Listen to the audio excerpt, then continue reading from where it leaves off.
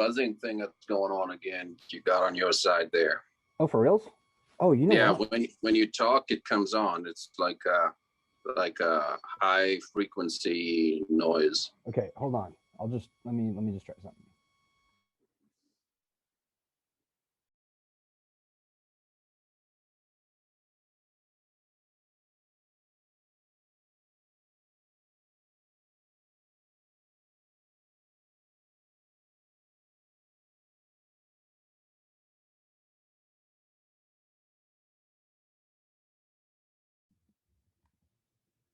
How about now? Yeah, that's it. But like you can still hear it or no? No, you're good. What did you do? Yeah, the difference is I forgot to plug in my external mic just now, so I was just working through my headphones and inline mic. Right. But this is all new. Like the inline mic is new, which I thought it might have been a frayed wire before. And so I thought it was Bluetooth headphones, and I thought it was the wireless headphones, but my headphones directly plugged into the laptop, and the microphones plugged in USB separate. So that might be it. Right. Yeah. Well, listen, I'm going to be on incognito, so to speak, until I get to my office. And okay, you have the hosting privileges, so you should be able to hit record and stuff. Are you driving? What's that? Are you driving? Yeah, I'm about to. Mm-hmm. A bit of a later start this morning. It's been a busy week. I got a bunch of reading and assignments that are due, and so I was up really late last night. So having a bit of a slower start this morning. No worries. You do you. I'll just chill here, wait for our man to join. Yeah. How was your reading week with your kids? How was the reading week with your kids? With the spring break? Spring break, I should say. Spring break. That's right. What were you calling it? Reading week, but that's university talk. Yeah, I'm mixing my weeks off. Well, I've been to university and did a master's degree, and I've never heard of reading week. Is that like finals, or like it's a study before the finals? So yeah, right about March. Usually at the universities, they get a week where it's called reading week, and it's structured within the semester as it technically is a time for them to kind of get some assignments squared away, do catch up, that kind of thing. But most of them, just use it for fun. So where is Canada's Florida? Where is the vacation spots that Canadians go to within their country? We have no Florida. What about where's your Michigan? There's a lot of those. Yeah, I know. I wish we did. I wish we had a Florida. Is there a Canadian vacation spot though, like a place that Canadians are going to go to when they take vacation? It's just kind of a hot spot. Yeah, I'm probably not the Canadian to ask about that because I don't get to take Canadian vacations. It's a weird thing. Canada is so expensive. Like, it's more expensive to fly from Calgary to Halifax than it is for me to fly to London, England. Yeah. Wow. So it's because the population is so small by comparison. And the competition, like in many sectors of society, is not that strong. So airlines are dominated by a couple of big players. So right. Combination of that means that it's really expensive to travel. But I think that Canadians enjoy the East Coast, like people who like a vacation that's a little bit.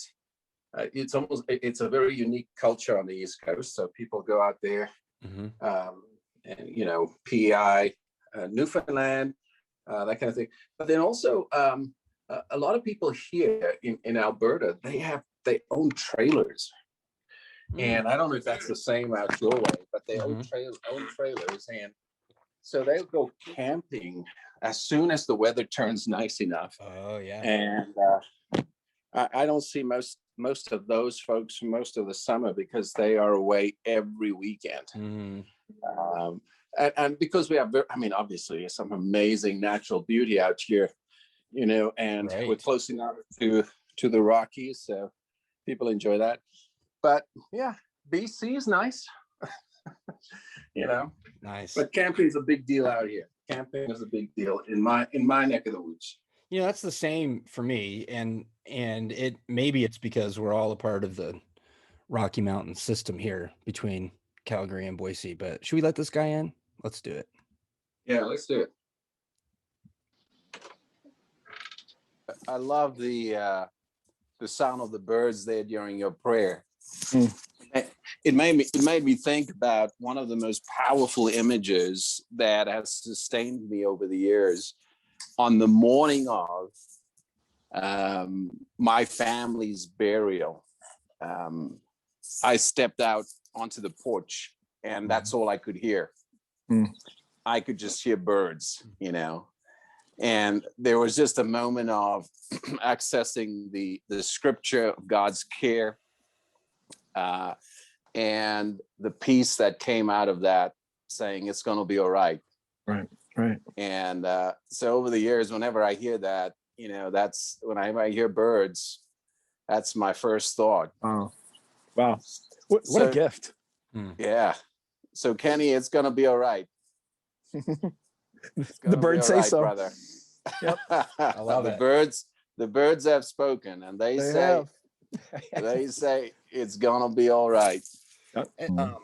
But sitting in living rooms with people that have come together from across the country, that's one of my favorite things, especially when it's a diverse group, and you hear, you know, I can't remember if I've shared this with you guys on here, but a year ago, September, I was working at Jay at Shepherd had already had me set up a little summit next to their urban mission conference. I can't remember exactly what they called it, urban ministry conference at Shepherd. And he's like, I want you to bring people in. We're going to have these guests, and I want these folks to be around those people, and you can invite whoever you want to, and we're going to like pay for their way and stuff. And I'm like, how many people? And he's like, well, this many people. These are the things that I've tried to invite you guys to before, but I haven't quite landed you yet. You know what I'm talking about. And when you have Melissa Peters from the Bronx, okay, and her husband Trenton, right,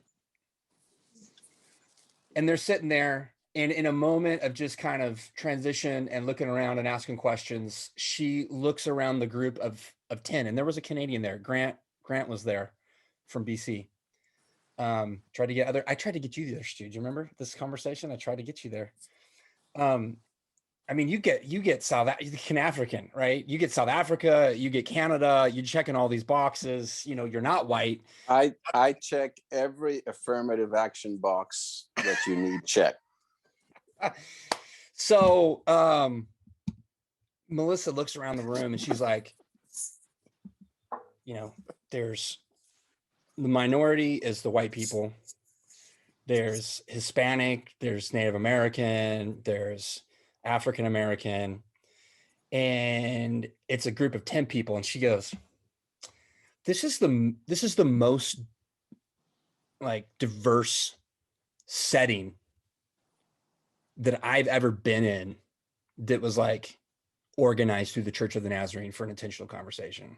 You know, I'm paraphrasing, but I was like, yeah, that's too bad.